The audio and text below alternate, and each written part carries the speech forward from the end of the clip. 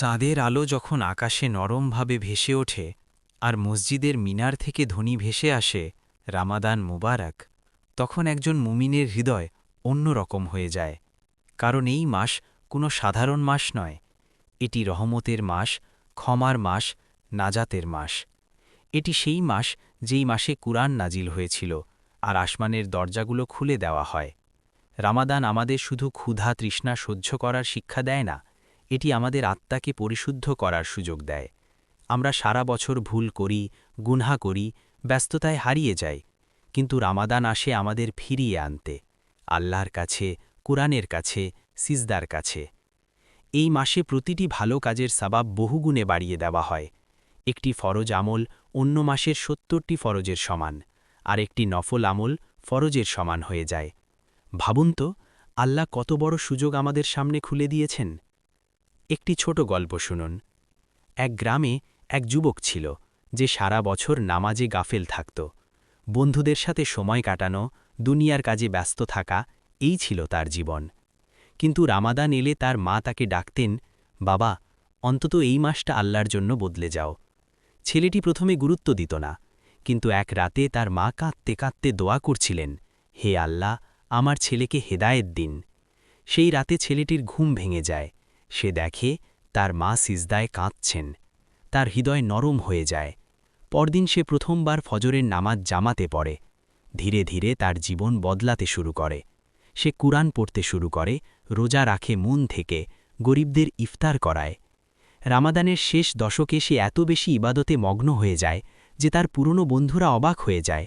সে বলে, আমি বুঝেছি, দুনিয়া অল্প সময়ের, যদি এখন না বদলাই কবে বদলাব। ঈদের কয়েকদিন পর হঠাৎ সে অসুস্থ হয়ে পড়ে। অল্প সময়ের মধ্যেই সে দুনিয়া ছেড়ে চলে যায়। কিন্তু গ্রামের মানুষ সাক্ষ্য দেয়, রামাদান তাকে বদলে দিয়েছিল। তার জানাজায় মানুষের ঢল নামে। সবাই বলে, আল্লাহ তাকে ক্ষমা করুন। এই গল্প আমাদের শেখায়, আমরা জানি না কোন রামাদান আমাদের শেষ রামাদান, তাই প্রতিটি রামাদানকে শেষ সুযোগ ভেবে ইবাদত করতে হবে। রামাদান শুধু রোজা রাখার নাম নয়, এটি চোখের রোজা, হারাম দেখা থেকে বিরত থাকা। এটি জিহ্বার রোজা, গীবত, মিথ্যা ও কটু কথা থেকে দূরে থাকা। এটি হৃদয়ের রোজা, হিংসা ও অহংকার দূর করা। তারাবির নামাজে যখন ইমাম কুরআন তিলাওয়াত করেন, তখন মনে হয় যেন আসমান থেকে সরাসরি বার্তা নেমে আসছে।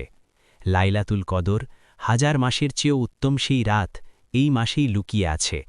কে জানে কোন রাতে আমাদের তকদির বদলে যাবে। রামাদান আমাদের শেখায় ধৈর্য কাকে বলে। সারা দিন ক্ষুধার্ত থেকেও আমরা চুরি করি না, মিথ্যা বলি না, কারণ আমরা জানি আল্লাহ দেখছেন। এই অনুভূতিই হল তাকওয়া। আজ যদি আপনি গুনাহে জড়িয়ে থাকেন, হতাশ হবেন না। রামাদান এসেছে আপনার জন্য। আল্লাহর রহমতের দরজা এখনও খোলা। শুধু একটি সিজদা, একটি চোখের পানি, একটি আন্তরিক তওবা আপনার জীবন বদলে দিতে পারে। চলুন আমরা এই রামাদানকে শুধু ক্যালেন্ডারের একটি মাস না বানিয়ে আমাদের জীবনের মোড় ঘুরিয়ে দেওয়ার মাস বানাই। 5 ওয়াক্ত নামাজ ঠিক করি, কুরআনের সাথে সম্পর্ক গড়ে তুলি, গরিবদের সাহায্য করি, বাবা মায়ের দোয়া নিই। হয়তো এটাই আমাদের জীবনের শেষ রামাদান। হয়তো এই মাসেই আল্লাহ আমাদের গুনাহ মাফ করে জান্নাতের ফয়সালা লিখে দেবেন। আল্লাহ আমাদের সবাইকে এই রামাদানের রহমত, বরকত ও মাগফিরাত পাওয়ার তৌফিক দিন। আমিন।